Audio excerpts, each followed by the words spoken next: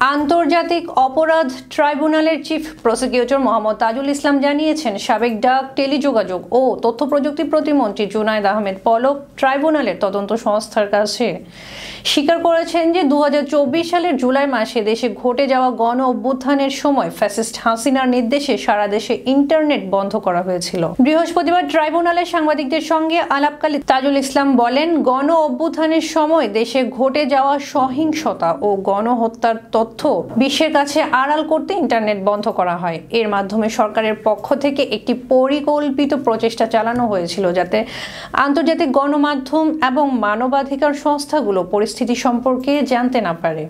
আইসিটির তদন্ত সংস্থা বুধবার একদিনের জন্য সাবেক প্রতিমন্ত্রী পলককে জিজ্ঞাসাবাদ করে। জিজ্ঞাসাবাদে তিনি স্বীকার করেন যে সরকার গণ অভ্যুত্থানের তথ্য ছড়িয়ে পড়া রোধে ইন্টারনেট বন্ধ করার সিদ্ধান্ত নেয়।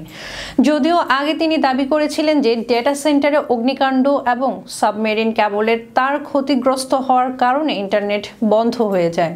প্রসিকিউটর তাজুল ইসলাম এই দাবিগুলোকে অসত্য বলে উল্লেখ করেন। তদন্তে আরও জানা যায়, ইন্টারনেট বন্ধের সিদ্ধান্ত সরাসরি ফ্যাসিস্ট হাসিনার অনুমোদন ক্রমে নেওয়া হয়। ডাক ও টেলিযোগাযোগ মন্ত্রণালয় এবং সংশ্লিষ্ট সরকারি সংস্থাগুলোকে দ্রুত এই নির্দেশনা বাস্তবায়নের জন্য বলা হয়। ট্রাইব্যুনালের তদন্ত সংস্থা এই বিষয়ে আরও তথ্য সংগ্রহের জন্য সংশ্লিষ্ট কর্মকর্তাদের সঙ্গে যোগাযোগ করছে। জুলাই মাসে সংগঠিত গণ অভ্যুত্থানের সময় ইন্টারনেট বন্ধের ফলে দেশে এবং আন্তর্জাতিক পর্যায়ে ব্যাপক প্রতিক্রিয়া সৃষ্টি হয়।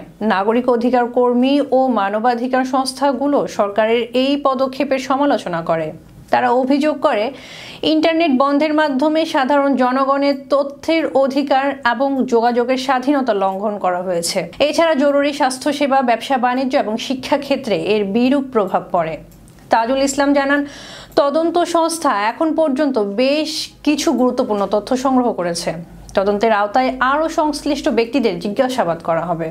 তিনি বলেন, গণ অভ্যুত্থানের সময় যে নৃশংস ঘটনা ঘটেছে এবং এর তথ্য আড়াল করতে যে পরিকল্পিত পদক্ষেপ নেওয়া হয়েছে তার পূর্ণাঙ্গ চিত্র আমাদের তদন্তের মাধ্যমে সামনে আনতে হবে।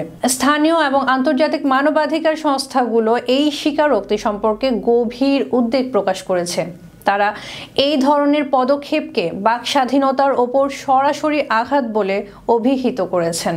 এ ধরনের ঘটনার পুনরাবৃত্তি রোধে সরকারের কাছে আরও স্বচ্ছতা ও জবাবদিহিতা দাবি করেছে। তদন্ত শেষে সংশ্লিষ্টদের বিরুদ্ধে আইনানুগ ব্যবস্থা নেওয়া হবে বলে জানিয়েছেন তাজুল ইসলাম। তিনি বলেন, এই ধরনের ঘটনা শুধু দেশে নয়, আন্তর্জাতিক অঙ্গনেও বাংলাদেশের ভাবমূর্তি ক্ষুণ্ণ করেছে। দোষীদের বিরুদ্ধে কঠোর পদক্ষেপ গ্রহণ করা হবে।